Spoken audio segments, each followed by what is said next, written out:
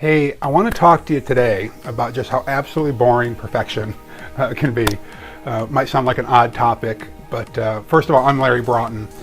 And my friends know that one of my favorite places in California is Santa Barbara. It's one of my favorite cities, frankly, in all of the United States.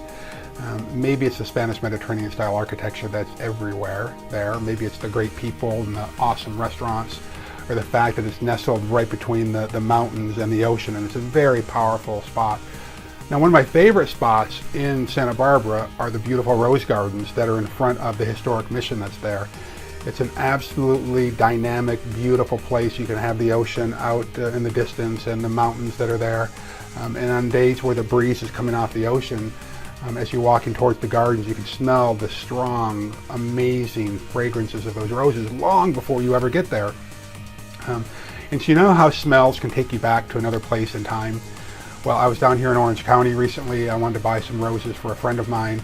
And so I wanted to be taken back, frankly, to this time in Santa Barbara.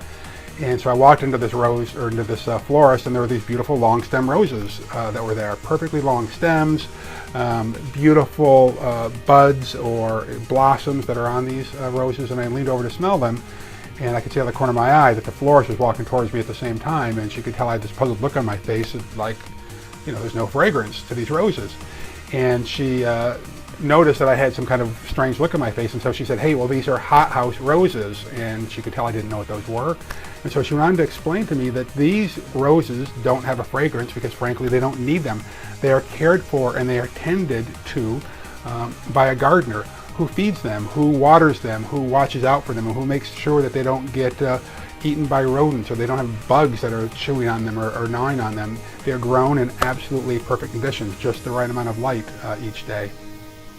And she went on to explain that these roses, like at the rose garden up in Santa Barbara, these outside roses, they had to develop strong rose scent in order to attract the bees who are going to come and pollinate them. These roses that are grown outdoors face much harsher conditions than those that are grown indoors in a hothouse or in a greenhouse. You know, they face the wind and the rain and bugs and the possibility that deer are going to come down and eat these for food, right? So these roses that are outdoors, they're not only beautiful to look at, they're beautiful to smell. And it's a great way for us to look at our lives. If we lived under perfect conditions, we might absolutely look beautiful. We won't have the scars, right? We might, you know, if we lived under perfect conditions, we wouldn't be cutting ourselves. We wouldn't be in car accidents. We wouldn't have the emotional scars that we have in life. Yeah, we might look beautiful on the outside, but to me, it's really those folks who are tempered in the heat of life's battles, in the ovens of adversity, who become beautiful both inside and out. These are people who become really strong and talented over time. So I want to encourage you to avoid wishing for a life of perfect conditions, but rather to accept life's challenges and accept the beauty that comes from the battle. Now, I hope that you got a little bit out of this little object lesson today, but if you want more tidbits on transformational leadership and inspiration, then I hope that you'll visit us at yoogozi.com. Now, go do something significant today. Go get them.